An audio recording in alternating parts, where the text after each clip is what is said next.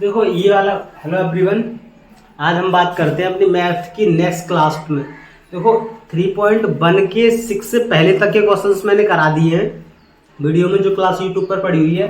अब ये 6.1 मतलब 6.1 का ये पहला क्वेश्चन है, वो 6 का पहला क्वेश्चन है। इसमें 3 क्वेश्चन है और तीनों क्वेश्चन बारी बारी से हम समझाएंगे। सबसे पहले कहना क्या चाहता है, तो देखो ये एक दो मैट्रिक्स दे रखे हैं, दो मैट्रिक्स एक दूसरे के इक्वल दे रखे हैं और उसमें कहा है कि एक्स वाई जेड का मान ज्ञात करो, एक्स वाई जेड का मान।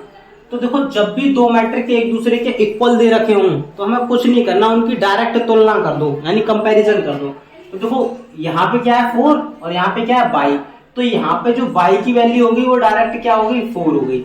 हम यहाँ पे लिख देंगे तुलना करने पर, तुलना करने पर, तुलना करने पर, ठीक है, आव्यूहों की तुलना करने पर ये कह सकते हैं। तो देखो इस प्लेस पर यानी इस मैट्रिक्स के पहले नंबर पर 4 है और इस मैट्रिक्स के इसी पोजीशन पर क्या है y है, तो इसीलिए y का मान क्या हो गया 4, ठीक है। इस पोजीशन पर z है और इस पोजीशन पे क्या है 3, तो z की वैल्यू क्या होगी 3। इस पोजीशन पर 1 है और इस पोजीशन पर x है, तो x की वैल्यू क्या होगी 1। तो ये x y z के तीनों वैल्यू हमें क्या हो गई फाइंड आउट हो गई, ठीक है। x y z की तीनों वैल्यू फाइंड आउट हो गई और यही हमारा सॉल्यूशन है, ठीक है, यानी 6.1 का। अब देखो इसका नेक्स्ट दूसरा क्वेश्चन देखते हैं। हेलो एवरीवन, ये दूसरा क्वेश्चन है। देखो 6 पॉइंट का ये सेकंड नंबर, इससे पहले वाला क्वेश्चन हम कर चुके हैं। अब देखो इसमें भी दो मैट्रिक्स दे रखे हैं, एक मैट्रिक्स ए एक मैट्रिक्स सी, ठीक है, दोनों मैट्रिक्स दे रखे हैं और उसमें कहा है एक्स वाई जेड की वैल्यू हमें फाइंड आउट करनी है, यानी एक्स वाई जेड का मान हमें ज्ञात करना है। तो देखो जब दो मैट्रिक्स एक दूसरे के बराबर दे रखे हो यानी इक्वल दे रखे हो तो कुछ नहीं करना, उन दोनों की तुलना कर दो। जो अंक पोजीशंस की, मतलब जो अंक पोजीशन के बराबर है, जैसे सपोज करो x प्लस वाई यहाँ पर है, यहाँ पर कितना है 6, तो कुछ नहीं करना, यहाँ लिखेंगे दोनों आव्यूहों की तुलना करने पर, दोनों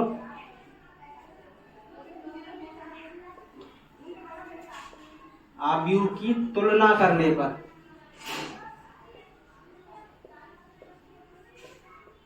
ठीक है।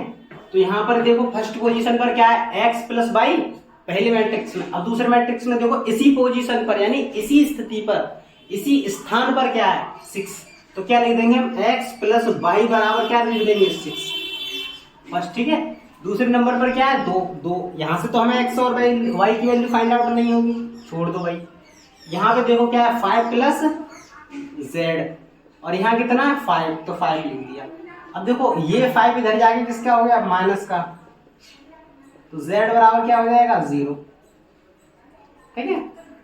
अब बात आती है यहाँ पे, तो x y बराबर क्या हो गया 8, x y बराबर क्या हो गया 8, क्योंकि x y की पोजीशन पर क्या है 8। आई बात समझ में यहाँ तक। अब बात आती है कि हम x प्लस y की वैल्यू दे रखी है हमें और x y की वैल्यू दे रखी है, तो हम x और y के मान कैसे ज्ञात करेंगे।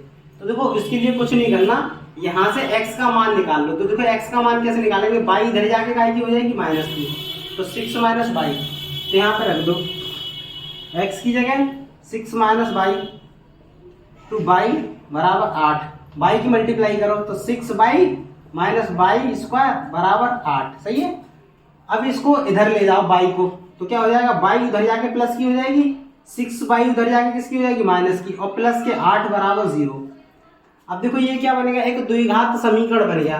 तो 8 की एक में मल्टीप्लाई, 8 एकम 8 और 8 के ऐसे फैक्टर करने 6 आ जाए, तो 4 दूनी 8, तो 6 को ऐसे तोड़ के लिख सकते हैं 4y माइनस 2y प्लस 8 बराबर 0। इसमें से क्या कॉमन आ रहा है y, तो y कॉमन ले लिया, तो y माइनस 4, इसमें से क्या कॉमन आ रहा है माइनस के 2, तो क्या हो जाएगा y माइनस 4 बराबर 0। तो एक कोष्टक में क्या आ जाएगा y माइनस 2 और एक कोष्टक में y माइनस 4 बराबर 0। तो यहाँ से देखो एक y की वैल्यू क्या हो गई 2 हो गई एक तो, और एक y की वैल्यू क्या हो गई 4 हो गई, ठीक है। अब y की वैल्यू 2 और 4 इस वाले समीकरण में रख दो, यहाँ रख दो, x y बराबर 8, x y की जगह क्या रख दिया 4 बराबर 8, तो 4 दूनी 8, तो x बराबर कितना हो गया 2। तो तीनों के मान, x का मान ये, y का मान ये और z का मान कहाँ है हमारा ये रहा, ये तीनों मान आपको यहाँ निकाल के सॉल्व कर दिए।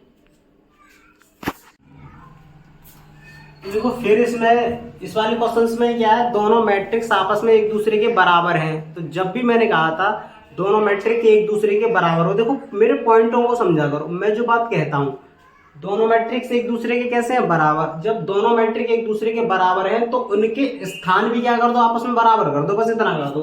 यहाँ पे देखो x plus y plus z, x plus y plus z बराबर कितना हो जाएगा 9, तो 9 लिख दो फर्स्ट। दूसरा देखो x प्लस जेड बराबर कितना है 5, तो x प्लस जेड बराबर कितना रख दो 5। दूसरा तीसरा देखो y प्लस जेड बराबर कितना है 7, तो y प्लस जेड बराबर क्या रख दो 7, ठीक है। अब देखो इसमें x प्लस जेड यानी x और z की जगह क्या दे रखा है 5, तो कुछ नहीं करना, x और ऐसे करके लिख लो, चलो सीरियलिटी से x प्लस जेड बराबर 9। कहने का मतलब है इस z को मैंने इस पोजीशन से उठा के आगे ले आया। अब x प्लस जेड की जगह क्या दे, कितनी वैल्यू दे रखी देखो 5, तो इसकी जगह 5 रख दो।